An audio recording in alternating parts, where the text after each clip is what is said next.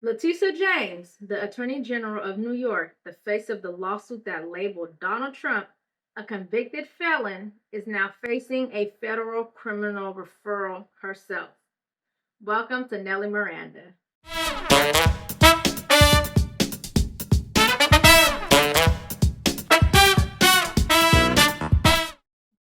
The woman who said no one is above the law, the powerful must be held to the same standards as the poor, Donald Trump must be held accountable, may soon be asked if those same words apply to her. Why? Because the very financial misrepresentations she's accused Trump of making, she allegedly made herself. And not just once, multiple times across multiple properties in multiple states.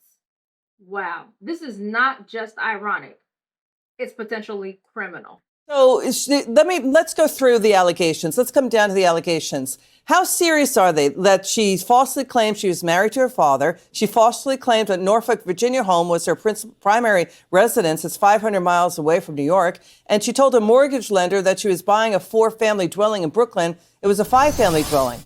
What do you make of all this?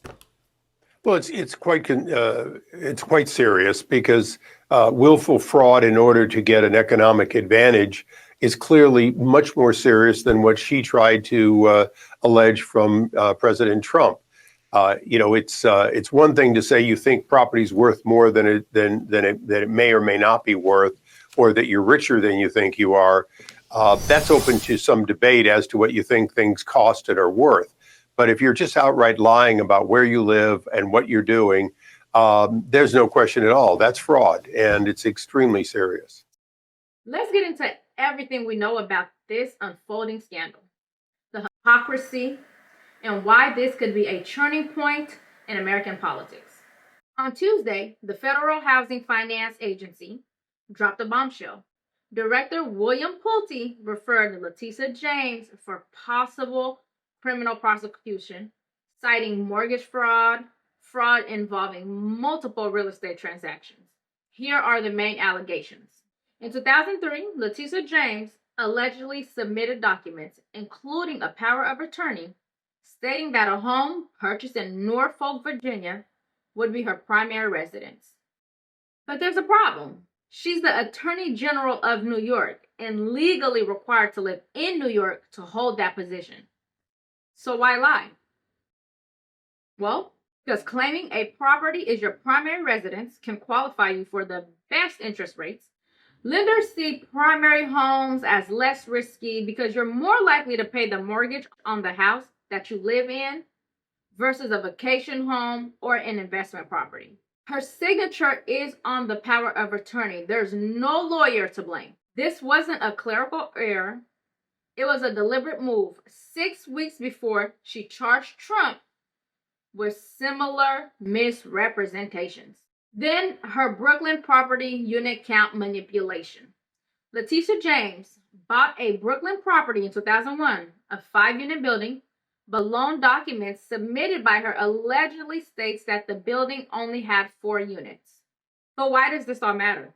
Regulations for 5+ unit buildings are stricter, financing is different, and the risk profile changes, which means higher interest rates. She knew this. In fact, she was New York City's public advocate at the time, a role that oversees landlord behavior and housing laws. Also, the 1983 bombshell, her father as her husband.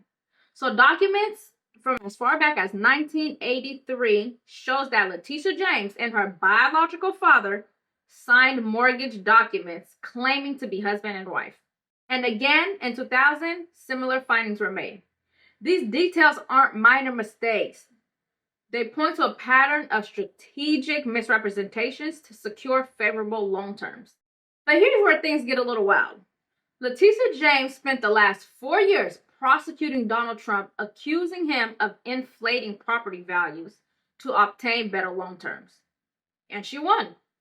Trump was fined hundreds of millions. No matter how rich, powerful, or politically connected you are, everyone must play by the same rules. Please sue him for us. Oh, we're going to definitely sue him. We're going to be a real pain in the And now the Trump Justice Department may be a pain in her you-know-what. Oh, if the Letitia James standard is applied to Letitia James, she could be in serious legal jeopardy. Unlike Trump, who had attorneys draft the documents and the banks do their own valuation, James signed the forms herself. And remember, Trump's banks didn't complain. They had clauses that said they must verify valuations independently, and that's what they did. But the deals went through, and nobody lost any money. Meanwhile, Letitia James allegedly misrepresented a 5-unit dwelling as 4, and that's simply fraud. It's a textbook case of rules for thee, but not for me. And of course, her legal team is already spinning the narrative. A spokesperson for James released a statement reading, Attorney General James is focused every single day on protecting New Yorkers, especially as this administration weaponizes the federal government against the rule of law and the Constitution. She will not be intimidated by bullies, no matter who they are. She will not be intimidated by bullies, no. That's pretty rich coming from the same person who made targeting Trump her mission for the same exact thing.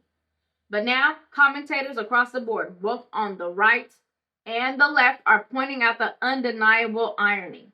And if these new allegations hold, she may have dug a grave for Trump and fallen into it herself. Well, what are your thoughts on this matter? Let me know in the comments. Please like and share this video. Don't forget to subscribe, and thanks so much for watching my video. I'll see you in my next one. Bye.